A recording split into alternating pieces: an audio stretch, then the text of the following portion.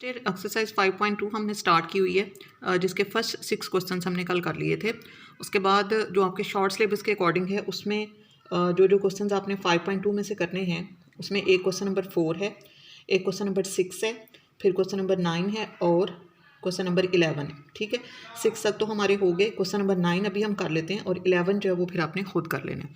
अब question number 9 है हमारे पास, जिसकी स्टेटमेंट है x-1 divided by x-2 divided into x plus 1 cube. ठीक है, अब ये देखें लीनियर फैक्टर्स हैं, ये सिर्फ लीनियर है और ये लीनियर और रिपीटेड है।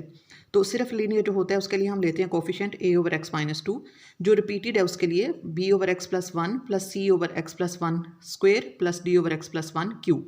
तो ये हमारी इक्वेशन नंबर 1 होगी। उसके बाद वही process, multiplying equation 1 bye LCM. LCM के साथ हमने मल्टीप्लाई कर दिया दोनों साइड्स पे। यहाँ पे x-1 आ गया, ये आ गया a/x+1 क्यूब, क्योंकि x-2 जो है वो कैंसिल हो जाएगा मल्टीप्लाई करने से। फिर plus b into x-2 x+1 square, क्योंकि जब आप x-2 इंटू x+1 क्यूब, ये पूरा एलसीएम है, इसके साथ जब आप इसको मल्टीप्लाई करोगे तो एक x+1 जो है वो कैंसिल हो जाएगा, तो एक x-2 आ जाएगा और x+1 का स्क्वेयर आ जाएगा। फिर प्लस c इंटू x-2, यहाँ से स्क्वेयर कैंसिल हो जाएगा और सिर्फ x+1 आ जाएगा। फिर plus d x+1 cube cancel हो जाएगा और सिर्फ x-2 आ जाएगा। तो ये हमारी इक्वेशन 2 आ गई। अब कांस्टेंट की वैल्यूज़ के लिए उसी तरह से जो हमारे पास लीनियर फैक्टर्स होंगे उनको हम बारी बारी इक्वल टू 0 रखेंगे। तो सबसे पहले put x-2 equal to 0 implies that x equal to 2 in equation 2। तो x की वैल्यू हमने 2 पुट करनी है और जहाँ पे x-2 होगा उसको 0। तो x की वैल्यू 2 पुट करोगे, 2 - 1 इक्वल टू, अब ये x-2 है 0 हो जाएगा, ये x-2 है 0, ये x-2 है 0, पीछे सिर्फ ये बचेगा a इंटू x की जगह पे 2 + 1 और उसका क्यूब, 2 + 1 3 और 3 का क्यूब 27। ठीक है, तो a की वैल्यू हमारे पास आ गई 1/27। अब जो हमारा दूसरा लीनियर फैक्टर है वो है x+1, तो हम पुट करेंगे put x+1 equal to 0 implies that x equal to -1 in equation 2। तो x इक्वल टू -1, x की जगह पे हमने -1 पुट किया, -1 इक्वल टू, अब जहाँ पे x+1 है वो वाले 0 हो जाएंगे।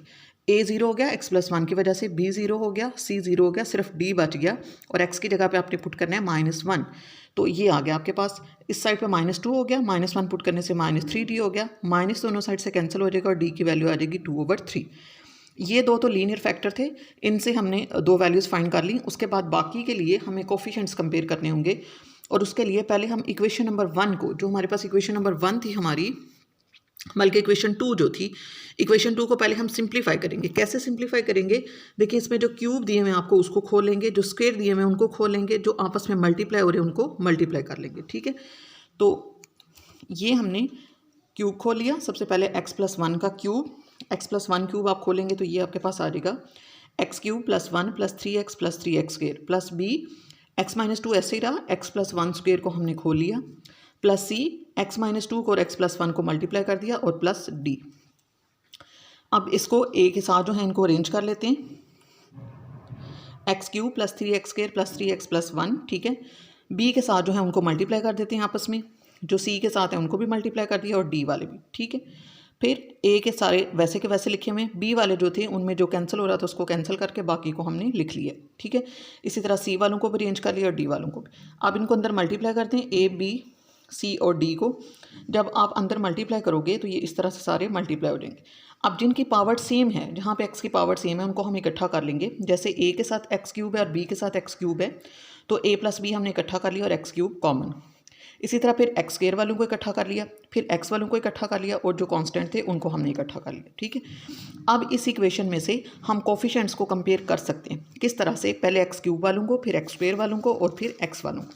तो क्या लिखेंगे हम?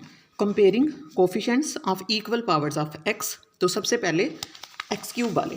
अब अगर आप x³ वाले देखें तो इस साइड पे हमारा x³ वाला कोफिशिएंट है a + b और दूसरी साइड पे x³ नहीं है, तो इसका मतलब है a + b = 0 आ जाएगा। तो पहली इक्वेशन हमारी आ गई a + b = 0। अब a की वैल्यू हमारे पास निकली हुई है 1/27, वो पुट कर देंगे, प्लस b = 0, तो b की वैल्यू आ गई -1/27। ठीक है, फिर हम x² वालों को कंपेयर करेंगे, x² के कोफिशिएंट्स को कंपेयर करेंगे तो हमारे पास इक्वेशन आएगी 3a + c = 0। अब 3 ए की वैल्यू है 1/27 और प्लस सी इक्वल टू 0।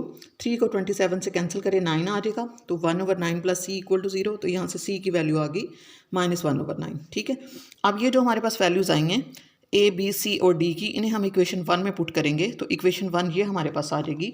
इस साइड पे तो वही है, यहाँ पे ए की जगह पे 1/27, बी जो है वो -1/27 था, ये आपने माइनस कर लिया, सी -1/9 था, इसको माइनस लिख दिया, और डी जो है वो +2/3 था। ठीक है, ये आपने वैल्यूज़ लगा दी। फिर जो भी बटे में आ रहे हैं उनको नीचे ले आएँ।